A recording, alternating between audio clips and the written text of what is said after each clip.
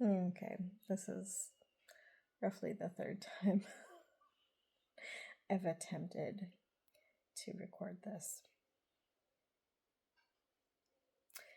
So, hopefully, this one sticks.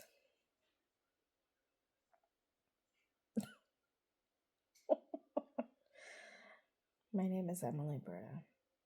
I'm 30 years old. I have 3 children. I'm on my second marriage.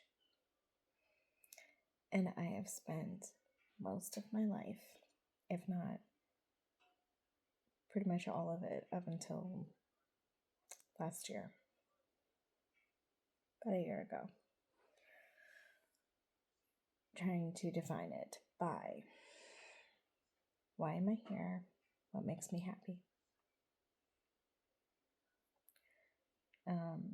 These 2 questions go hand in hand.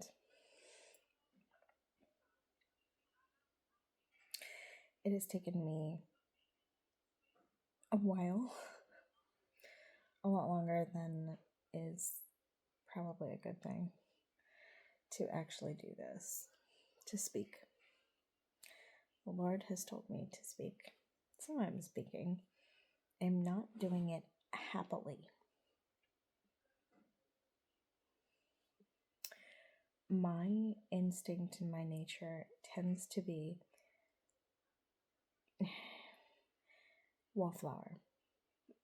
We all know that expression. There are people who just love other people, love to be out at the forefront, love to be talking to 5 people at once. There are others that sometimes don't even enjoy a one-on-one conversation. I fall into that category. I always have, I believe, as far as I can reasonably remember. I may have been different when I was a child, but I was trained out of that. If I was outgoing at that point, it didn't last long.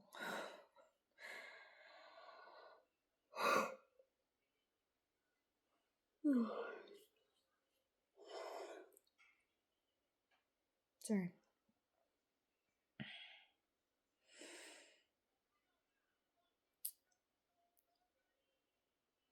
The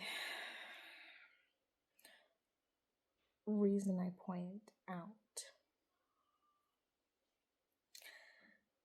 that this doesn't necessarily make me happy. Matter of fact, it makes me hugely uncomfortable to the point where typically I would have in the past used it as an excuse to not do it, as a reason to walk away. The reason I point that out is because I have written about the pursuit of happiness versus the pursuit of the Lord, the pursuit of joy.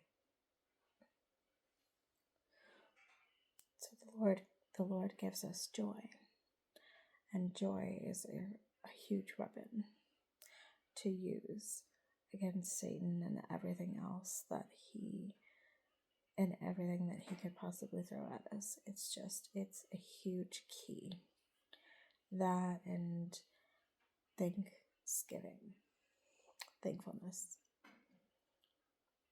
and choosing to look past how we feel. The pursuit of happiness is completely based off of what we feel. How we feel in one moment versus the next moment versus this thing versus that thing, and what we think we could possibly be here for.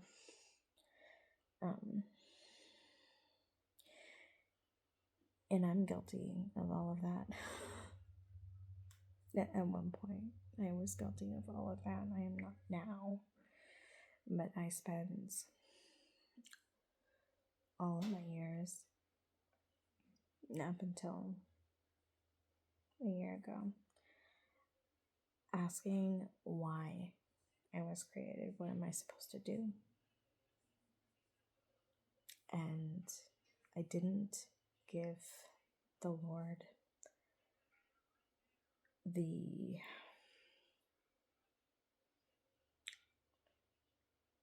room to answer the question. We tend to ask a question and then immediately want an answer. And if we don't get the answer right away, but we just jump right into the next thing by ourselves. And who can talk through that, right? Who wants to? But so there's nothing wrong with asking that question. Nothing at all. But when you don't give the Lord a time to answer you, time to delve into that with you, then you really cheat yourself of the answer to that. You spin around in circles for years, wondering even if this and that thing makes you happy.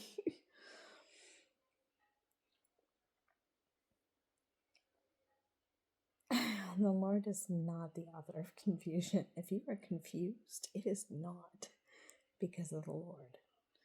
It's because of you trying to be your own godfather and trying to figure all of that out when He has laid that out step by step for you. The Lord wants to take you by the hand and be in charge of everything. Show you everything, give you everything, open up every single door. He wants you to pursue Him first. Pursue the kingdom of the Lord, and He adds everything unto you. Everything else will be added unto you. And you can say that that's spiritual and that's only spiritual. But if that's what you say and that's really honestly what you believe, then you have not read the Bible the way that you should.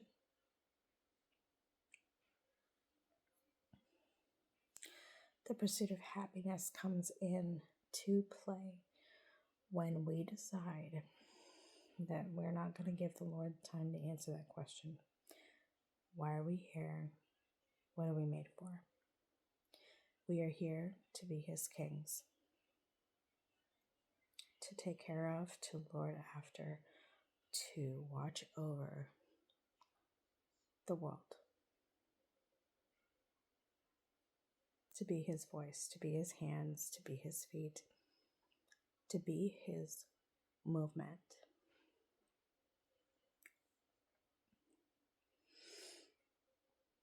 We are here to praise the Lord, thank the Lord, be joyful in everything, and to be fishermen of men. We are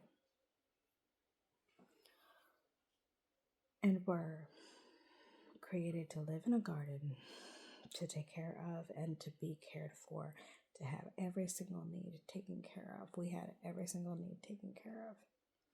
He put us in charge of everything, and we had everything we could possibly ever need. And we spent the cools of the day walking with the Lord, talking with the Lord, basking in His presence. Think about that for a minute.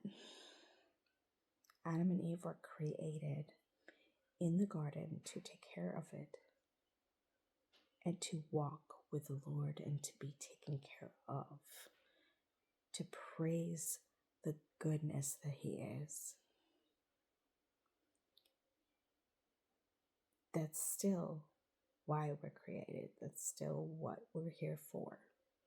That's the answer to that question. That's really not a hard question, but even being raised in church, I didn't know the answer to that question. I couldn't, in my infinite wisdom, I couldn't figure that out. It's right there. It's right there. First chapter, I think. First book, definitely, of the Bible, Genesis.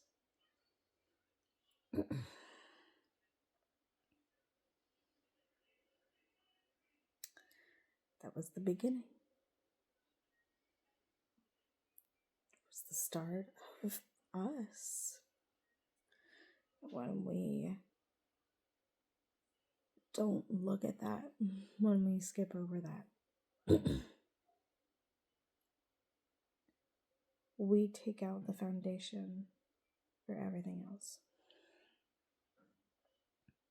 We take out the foundation that He wants to use to give us joy, to give us peace, to give us all of the things that we need to be spiritually strong. Because we were made courageous. We were made to be courageous. We were not given a spirit of fear. He created us to be kings. God is the lifter of our heads. Have you ever taken your hand and just lifted your child's head just a little bit? What do you try to do? To get them to look up, right? To get them to see something bigger, something better. Usually. But please don't grab your kids out of anger. That's not okay. It's just not. And the pursuit of happiness tells us that if we're not happy, we're not healthy, then it's not okay. That's not true. In any situation, that is not true. Or at least I'm going to say 9 times out of 10. Maybe occasionally. If you're not happy, if you're not healthy. I caused a lot of issues in my life, in my kids' life, my husband's life, because I was going off of, oh, I'm not happy. But I neglected to realize I was never happy. I never had been happy, not truly. I never wanted to be happy. I wanted to be joyful. There's a really big difference between the two. Happiness is based on a moment. Joy comes from the Lord. And it exceeds every moment. It goes through every moment. It's not superficial. Happiness is superficial. Happiness is subject to change and details. Ow. I'm hurting my hand using my phone. Ouch. You can probably tell I don't hold my phone usually this long to apparently do anything. Wow, that hurt.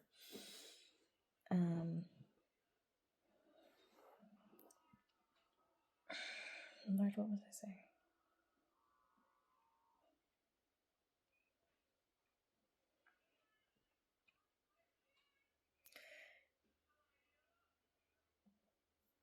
The road to peace, the road to joy, is the road that you would go on, and you're supposed to go on as soon as you realize that you are created to be cared for.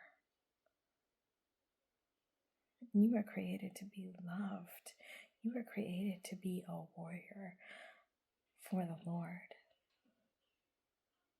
Joy and peace are our weapons against Satan. Without those, we are disarmed. We are disarmed. If you are looking for what makes you happy, then He has already won. Ask the Lord where He wants you to be and what He wants you to do and what He wants you to see. It's not going to be what makes you happy. You know, being a mom of 3, my kids They want to eat sweets all the time. They don't want to eat anything else. Anything that's not junk food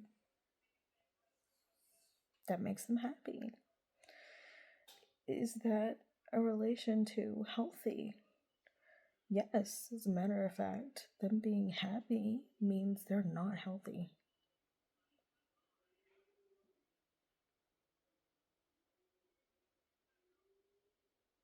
And think about that.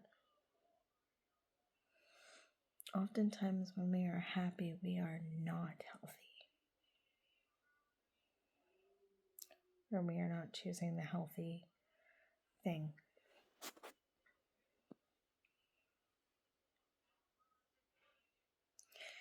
The pursuit of happiness is the world's solution, Satan's solution, counterfeit solution to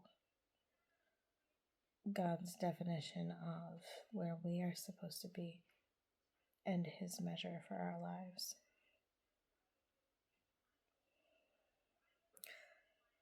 As a mom, can I honestly say I'm ever happy while I am wiping my kid's butt? No. Does it need done? Yes. Is it healthy that it gets done? Yes. Is it a happy moment when I get peed on? No. No. As a parent, as a person, are you ever happy repeating the laundry or the dishes? Oh, hey, look, there's more laundry, there's more dishes. You know, I'm sure there's a few that enjoy those things. But, you know, most people I know, me, myself included here, I look at it like, didn't I just do that? I just did that. I swear I just did that. And now there's more. Like, infinitely more. Always. All the time. This is never ending. It's not a happy moment. It's not a happy thought. Now, I don't fold the clothes, wash the clothes, because it's a happiness thing. I mean, I like to have clean clothes. I like the kids to have clean clothes. I love my husband to have clean clothes. I love to take care of the family. But does it always make me happy? No. No. Does it make me happy to have to wrangle the kids into bed? To make them wash their hair? No.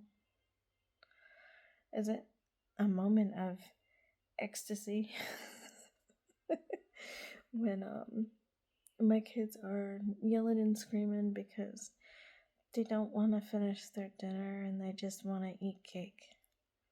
And I have to be the one to say, no, that's not okay. What are we doing here? No. It is the Lord's pleasure to see us do well, to see us choose well, to prosper us. It is his pleasure to prosper us. We feast on the wealth of the nations and boast upon it. That's what we're supposed to do. That's what we are supposed to have. That's what he wants to give us. That's what the pursuit of happiness will keep you away from. It will keep you away from being committed, being steadfast, being able to use joy and peace. If Satan can steal your joy, he can steal your blessing. If he can steal your peace, steal your blessing. He has already won. If you are not able to get out of that situation and out of looking at what's wrong and what feels wrong and just all of the worldliness of it, and see what the Lord wants you to see, what does God say is true in this circumstance, then Satan can and will take everything, and it is his joy to steal, kill, and destroy. That's what he does. That's who he is. That's his mission in life. To steal, kill, and destroy.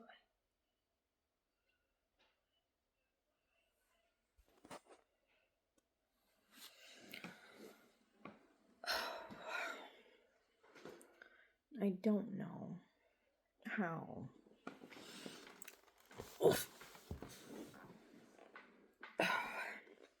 we as a people, supposedly intelligent people, can read the Bible and see that the Lord, paves the streets of heaven in gold. He lays up a mansion for us, a place for us in heaven. He does all of those things, and for some reason we tend to think that he wants us to have nothing, and we're not supposed to have anything. We're just supposed to be spiritually happy.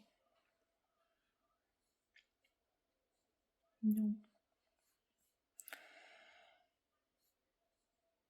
The Lord says a lot of times how much more valuable we are to him. He feeds the birds of the sky, and how much more valuable are we than they? And they don't worry about tomorrow. We're not supposed to worry about tomorrow. We were not created to carry all of that. We were not created to try and figure out how to get all of the things that we want. You know, the pursuit of happiness, when you follow it, will have you confused about whether you like red or blue, whether painting really makes you happy, whether swimming makes you happy, whether being a mom, being a wife, makes you happy. It'll have you so confused that you won't recognize yourself at the end of it. You won't even know who you are. Asking somebody who doesn't even know who they are, what makes them happy, well, that's like asking the house if it's hungry, which my kids have done. So, I don't know, but it's a thing. Apparently, it's a thing. And we are all out there before we even understand that we were created to walk with the Lord, to praise the Lord, to dance for the Lord, to sing for the Lord, say, thank you, Father, hallelujah. And before we even realize that, we're out there trying to define ourselves. Have you ever imagined a blind man leading you somewhere and then expecting it to go well?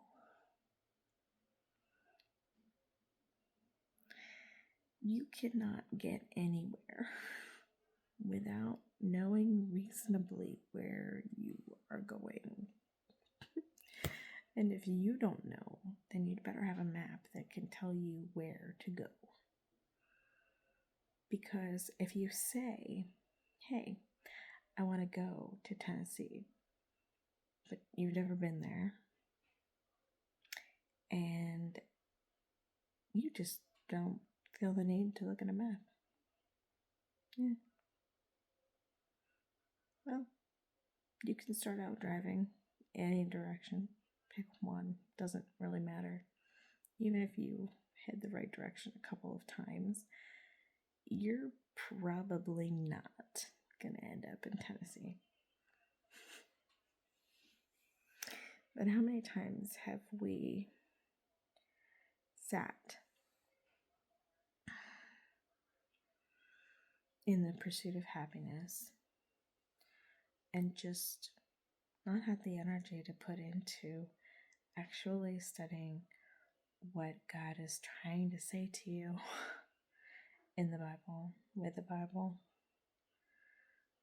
But we have enough time in our day somehow to spend hours scrolling through Facebook or TikTok or whatever social media you enjoy and reading everybody's comments. You know, it's funny when you're in that mindset that reading the Bible takes so much effort. It seems to take so much effort. But reading everybody's opinion on something that is just completely random and not going to teach you a dang thing for an hour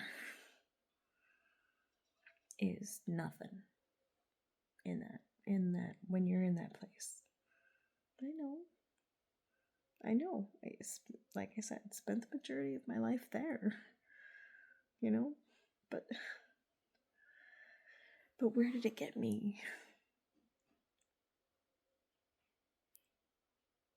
Where did it get me?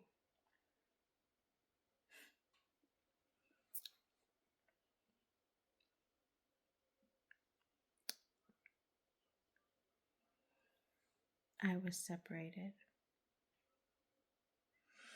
I was working a pretty decent job, but I was separated. My kids were hurting and had nightmares every night and would ask me many times when Daddy was coming home, and I was pregnant and I was hurting emotionally.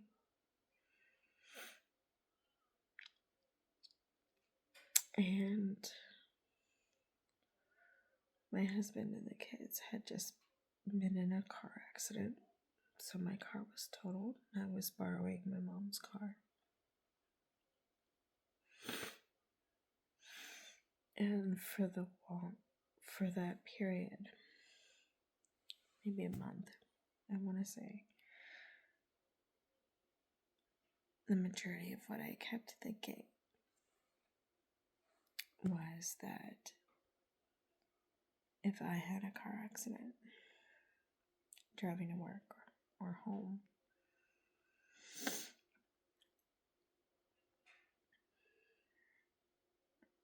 it wouldn't really affect anybody. Would not affect anybody. Kids each had their dads.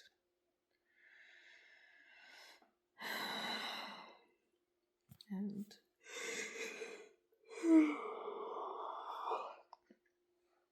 their grandma's very involved, which is a bad thing. It's not a bad thing at all. It's just that I kept thinking about that, dwelling on that. And eventually what it turned into was I had a car accident early on after the separation.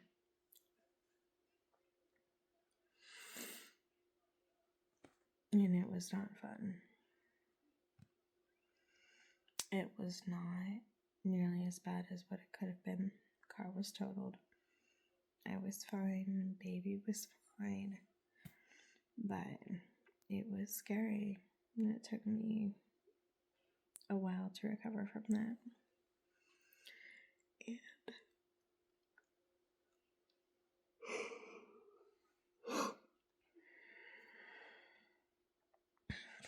And in the meantime, I was still unhappy.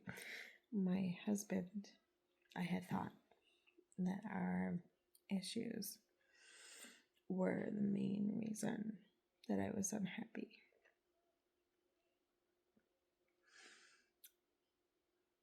In my dwelling on my understanding at the time, I could not see that the common factor in my life was me. Everything else had changed. I'm a completely different person that I was theoretically at 16, but I was the same person. Everyone around me was different. I didn't have my kids at 16, didn't have my hubby at 16, but I was unhappy at 16, much the same way.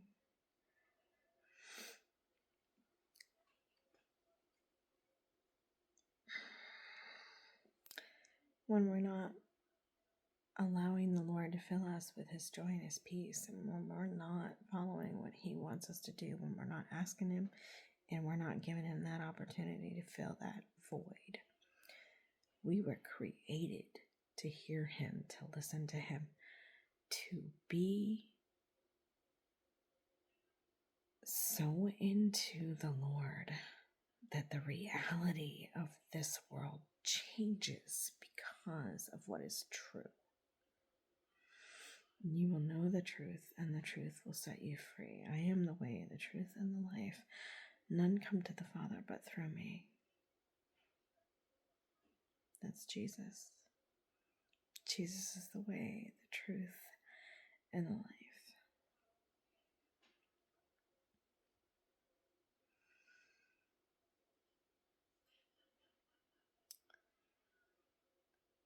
We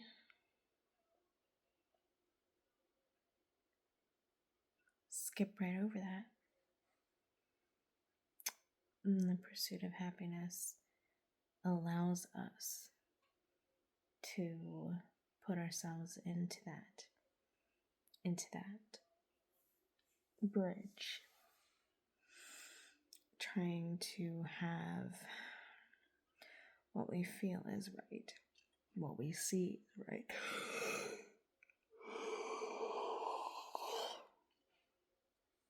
Well, what we see is right, it must be right.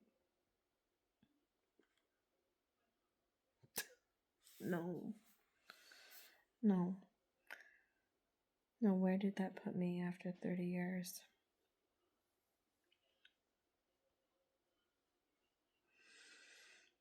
I just about destroyed. I did destroy. I destroyed a marriage. Another one. My first marriage,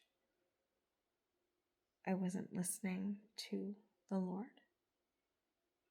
I did not marry someone that the Lord wanted me to, or the one that the Lord wanted me to. And there are varying opinions on this everywhere, anywhere. You can throw a pebble and hit 5 people with 5 different opinions on marriage and on the Lord and how He designed it. Well, what I know is that the Lord gives husbands wives as a blessing. We are a blessing to our husbands. We are to be our husbands' blessings. We are to be that crown on their head.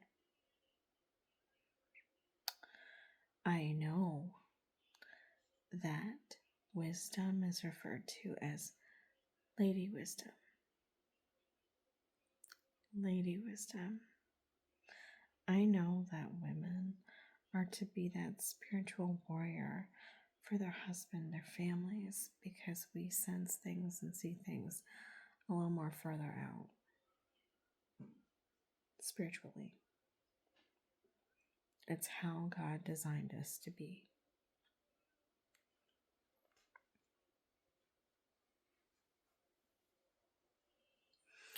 We are warriors. We are created to fight, but we have taken that and turned it into a pursuit of happiness, and that turns it into a fight for our independence,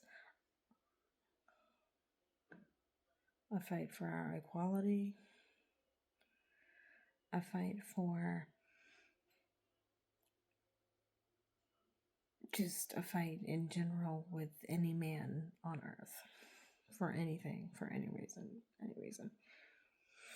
It was so bad that for me, before my husband left, everything he did, everything he said was just, it was grating. It was grating. It was upsetting. It was frustrating. I didn't want to hear it. I didn't want to see it. I thought that he was manipulative, belittling, not valuing me, taking me for granted. And some of those things may have been true, but I also know now how my husband treats me is God's business, not mine. It's between him and the good Lord. Does that mean that I condone being hit? No. My first marriage was a physical one. And the Lord told me to get out of it. And again, you can throw a stone and hit 5 different people with 5 different opinions about divorce and remarriage for that matter. Oh my. The different things that are said.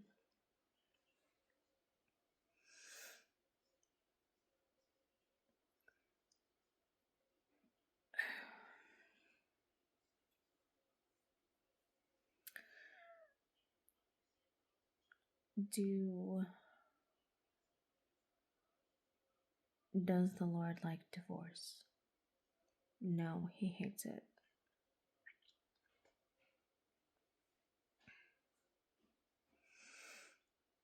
He created it as an out for when your heart is hardened towards your spouse. And he says that there are only a few areas that he allows divorce, and betrayal is one of those. Everybody looks at it and sees and reads the infidelity part. Okay, yes, that's a very big part. It's a very real part. I will be honest, I was not true or committed to my marriage. I didn't know what commitment was. I couldn't be committed to it.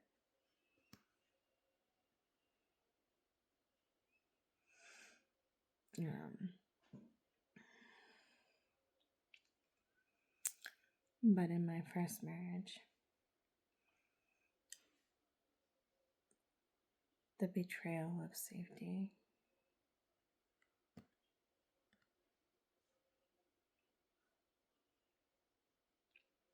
I was not safe. I was not cared for. nor loved, and that is a betrayal. The Lord guides those with children gently, compassionately.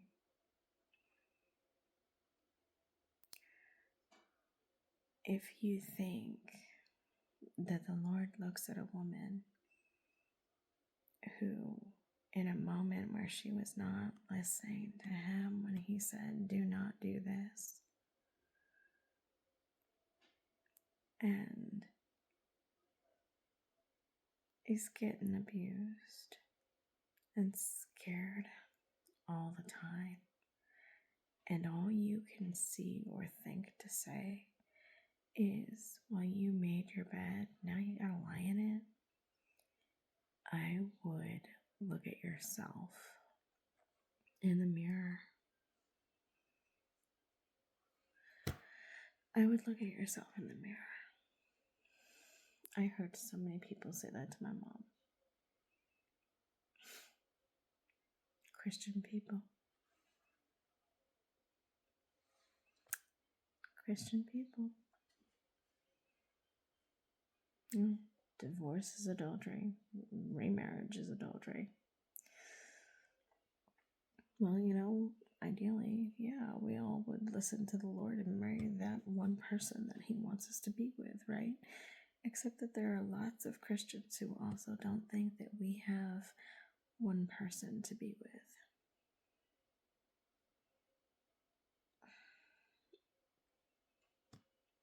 And not for nothing, but the Bible covers a multitude of types. King Solomon had, I don't know how many wives, concubines,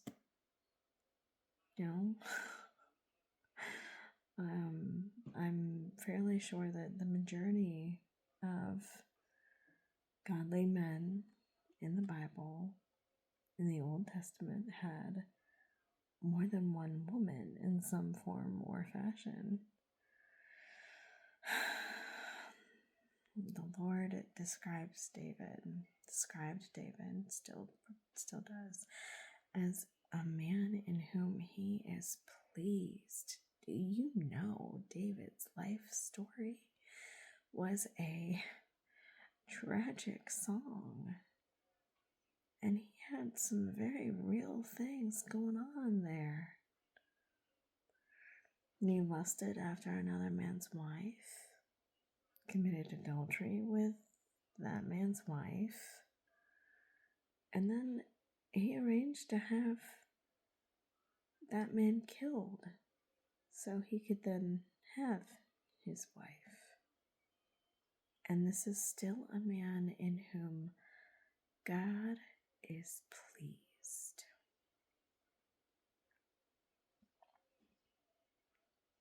God made him king and took great pleasure in him. Solomon was a wise man of wise, right? But when it came right down to it, he did not grasp love between one person and one person, two people together. But between a one-on-one couple, he didn't understand. He could not understand that.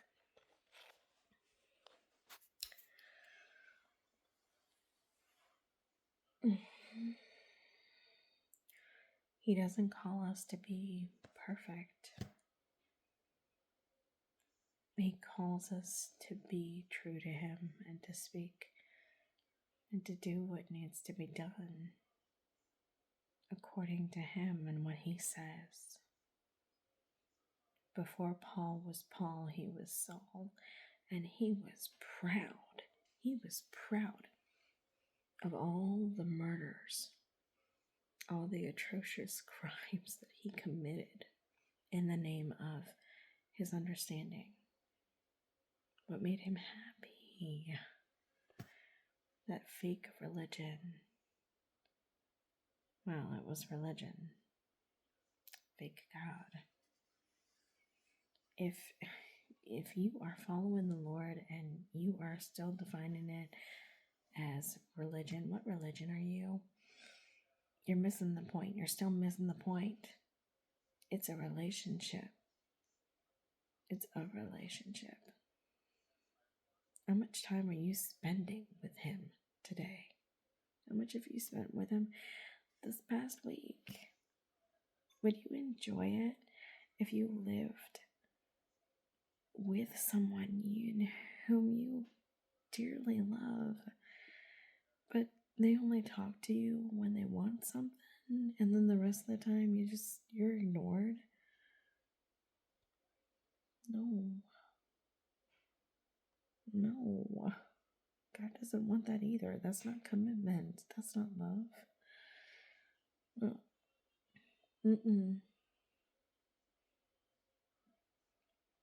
He is the only pursuit worth having. And he is the only pursuit that is going to lead us towards not being confused, towards knowing where we need to be, towards knowing where we need to stand, and giving us that understanding, that deeper understanding of just how compassionate and loving and merciful he is, and why he calls us to be that. Because his favor is our shield. Because judgment is his. Vengeance is the Lord's. The Lord cares for in a mighty way for his people.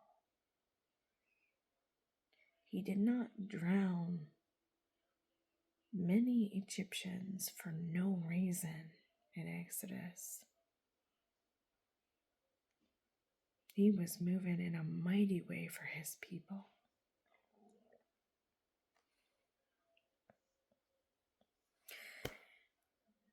He says, I will fight for you. You have only to be still.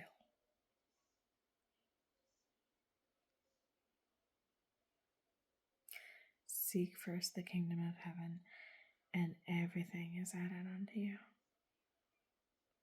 It is his pleasure to see you prosper. He says, go forth and multiply. Again, right in the beginning of the book, the good book, his word, go forth and multiply. And no, he doesn't specify. It doesn't say go forth and have many children. He says go forth and multiply. Guys, the way of the world is plant a seed. The seed grows. We were birthed by his word, his breath. The earth was birthed by him, by his word. Our words have power. Our thoughts have power. Our beliefs have power.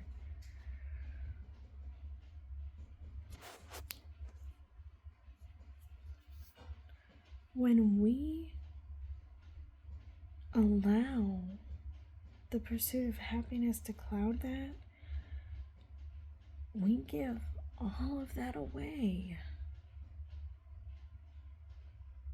We give it all away. What happened in the moments before my husband's car accident? He was thinking about and saying about a car accident and about not trusting other people on the road, in the weather. And what happened? A car accident. What happened before my car accident? I was thinking about it and dwelling on it and seeing it. And it was.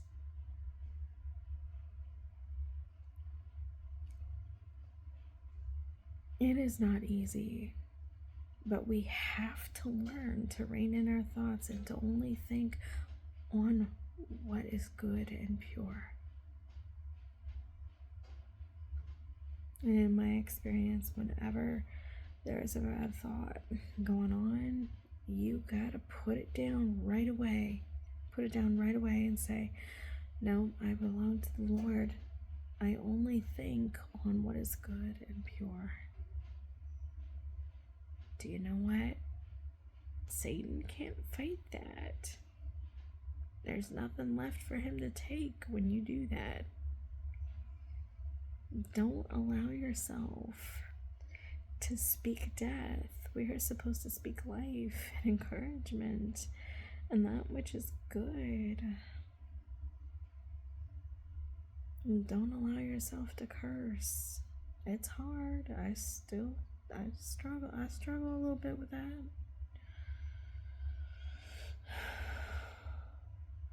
It's called a curse for a reason, because you are speaking death, you are speaking sickness, you are speaking all of that disbelief out in faith of that instead of in the Lord, and you are birthing it. We reap what we sow. We receive what we sow, what we believe.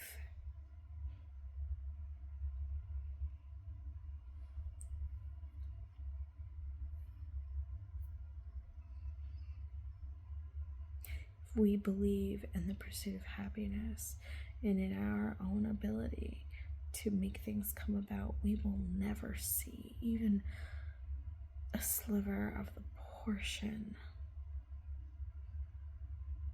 of peace and joy that the Lord wanted us to have, and the power that the Lord wants us to have.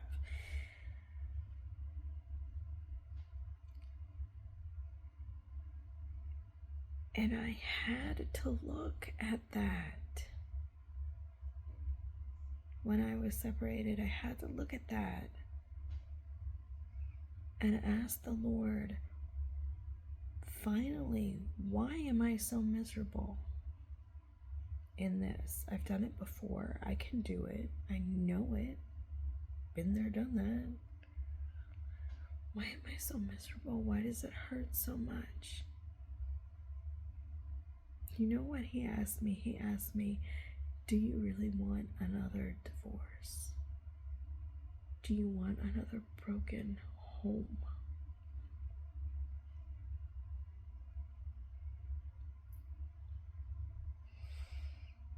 I had the divorce papers filled out in my purse with the cash. $252 and some change in the state of Pennsylvania to file the divorce.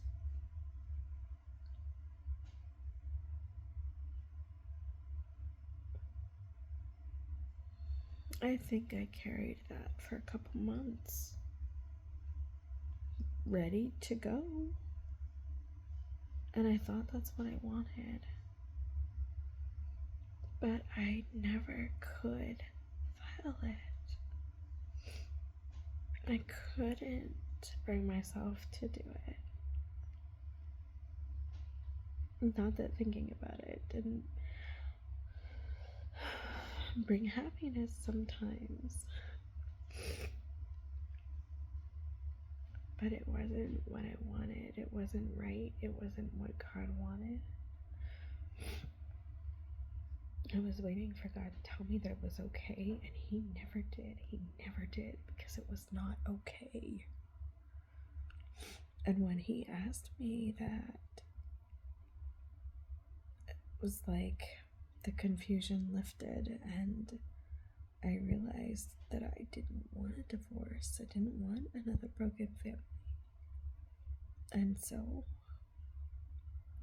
I chose to stand right there to get my life back on track with the Lord, back to tithing, learning about sowing,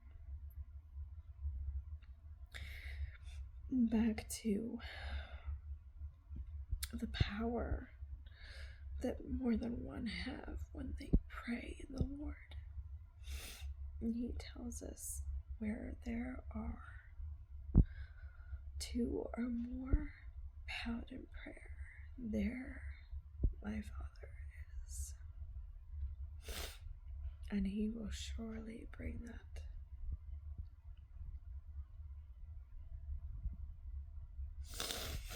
What we believe, we receive. What we ask for, we have. You have not because you ask not.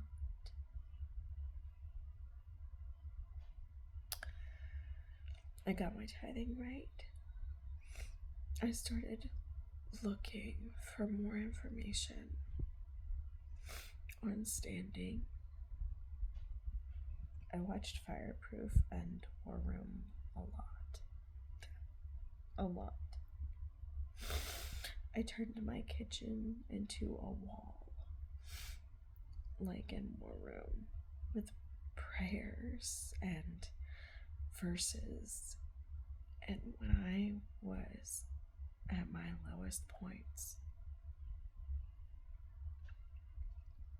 I sank to the ground and cried and sobbed those words out and choked them out until the tears were gone.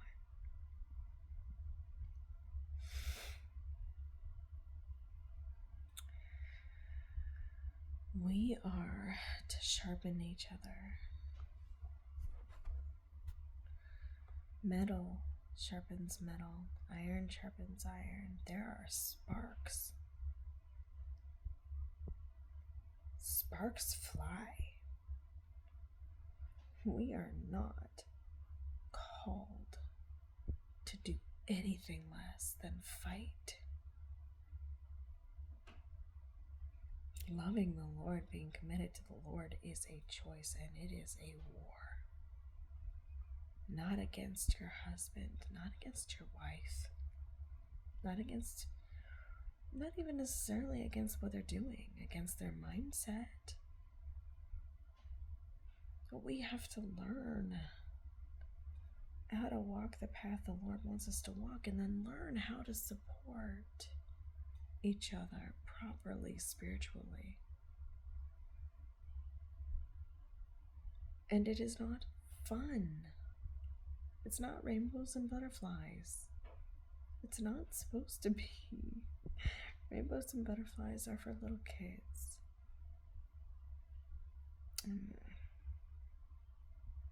Maybe not even them. Kids have the best faith, the biggest faith. Faith brings about your miracles, your breakthroughs. And there are so many other things that I could say or get into, and I know that I'm called to speak not just once, but for the best part of forever and always. So I know I will speak again on something. For now, that's the best explanation I've got right this second on the pursuit of happiness and how happy is not necessarily healthy. Working in healthcare is a really great example of that. Have you ever known anybody who is diabetic who really, really likes cake? Cake makes them happy, but oh my, it does not make them healthy.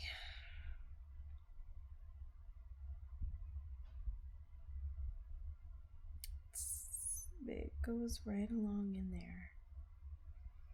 But the devil sneaks in that pursuit of happiness to keep you from pursuing God and learning how to pursue the path of joy and peace, because he does not want you to be armed. Not against him. He doesn't want you to claim what the Lord has given you and wants to give you. He lays up the wealth of the wicked for the righteous. We are righteous in him.